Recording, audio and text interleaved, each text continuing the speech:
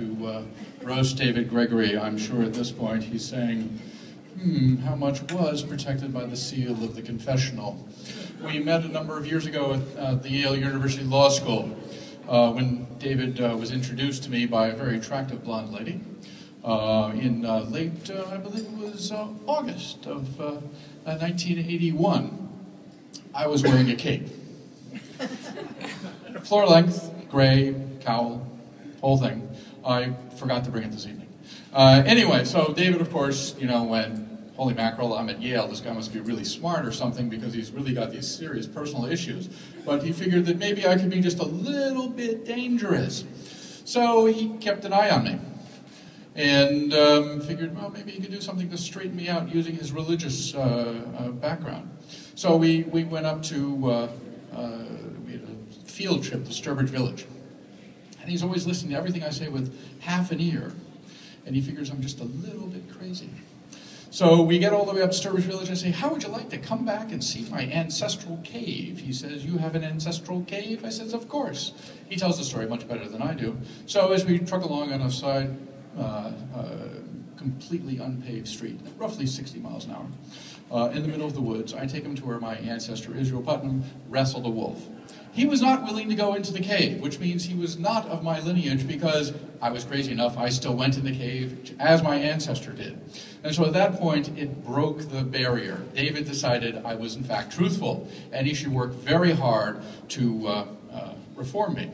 So of course, let's see, what was going on? I had a great life, I was running around chasing young ladies, I had a desire to, an attraction to the spiritual things, and he couldn't shut me up.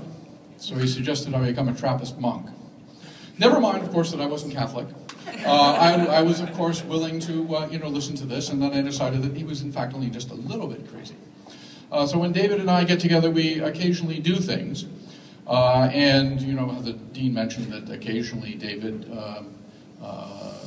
comes up with ideas, and during the course of a car ride, something happens. Well, with us, it's really much faster. So when we're sitting in a restaurant, I've reserved domain names. In fact, if you go to davidgregoryroast.info, you'll see the program for this evening. Because I was doing this as we were waiting for dessert. So and it's actually true, if you do check, it really is there. So the dean, of course, has a little twitch. Because periodically I come up and say, oh, David, what do you think about good idea? So David has to go to the dean. And so I have to put down the microphone because we don't have a stand. And he goes to the dean and says, Dean, I'd like you to support this idea that Houston, Lowry, and I have come up with. We want to go to London, we want to go to Cambridge. Rome would be a nice idea. And the dean always just goes, what, you think I'm made with money? I got money to burn? For the love of God. But he still pulls out his credit card and gives it to David. So, and as I said to David, it's also, how do you stop a routine traffic stop and turn it into an overnight jail stay? Oh, of course, I'll be happy to produce my my driver's license. No problem. Anytime. Not a problem. So, what did we do when we went to London? There's supposed to be some pictures around here. Oh, let's do the first picture. I was there when David went to, hopefully it's the first picture. I'm not sure that we did them in the right order. I was there when he graduated from law school. We've always had a little bit of rivalry as to who has the number of degrees. That wasn't the right picture, but that's all right. You can see that that's the Hawaiian shirt. We were at the Inns of Court. I was trying to get him to improve. No, he still wears the Hawaiian shirt. What can I say? I tried. Next photograph. This is the one I was looking for. He was showing up for his graduation at Yale Law School. He was, in fact, catching up to me. We both, at this point, had 4 degrees. You notice that David's face, though, even though it was raining, he was unhappy. Why was he unhappy? The dog's class rank was higher than his. So, we've done a number of things. I tried to take him to the library. And so that was us standing outside, and we show the next one. I actually managed, see this? No Hawaiian shirt. He does own a tuxedo. I have now finally outed David Gregory. So what did we do with this? Well, this was one of our little soirees. We didn't have anyone that we were doing at that particular point, no particular seminar or anything. But what did we do? We decided, oh, let's go eat someplace interesting. What is interesting? Well, there's the Worshipful Company of Armorers in London. So as those of you who know, we went up, and they've been building armor since the 1400s. It lines the walls. So we have, and David has more of them in his personal collection, a number of photographs of St. John's students eating dinner among all sorts of mannequins wearing armory. David was very excited at one point. He came up to me and said, "Guess what?" I said, "What, David?" I've been given a name professorship. I said, "Cool. What name did you get?" And he said, "Dorothy Day." And they told me they were going to give it to me. And so I went up to the president. I said, "Are you sure? Did you check this out? You know, because maybe they didn't want to give it to me." And they said, "No, we didn't.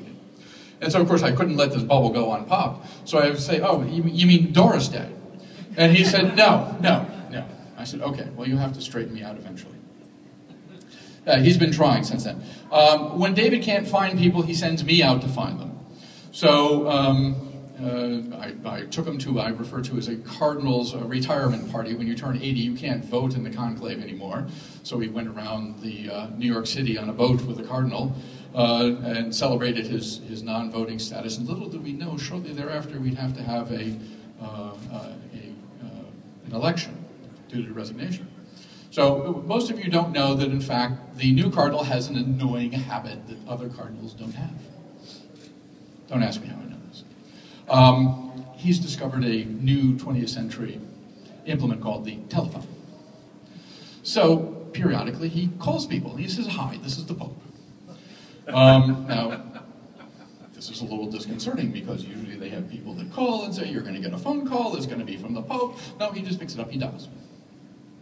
So in fact, actually a story, and obviously he didn't have David Gregory around because he wouldn't have had to do this. He called the Jesuit Superior General in Rome and said, "This is the Pope, please put me through."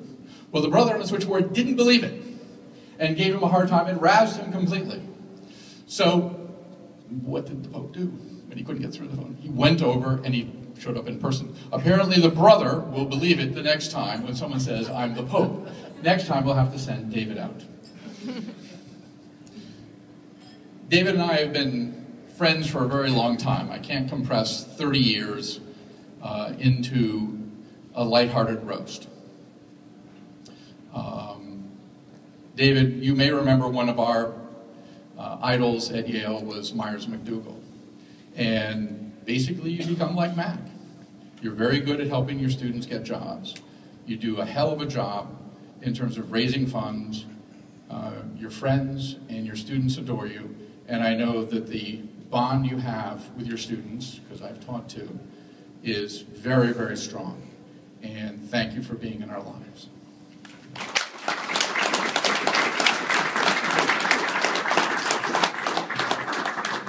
Thank you very much. All right, next up we have one of our wonderful adjunct professors, one of my favorite, although no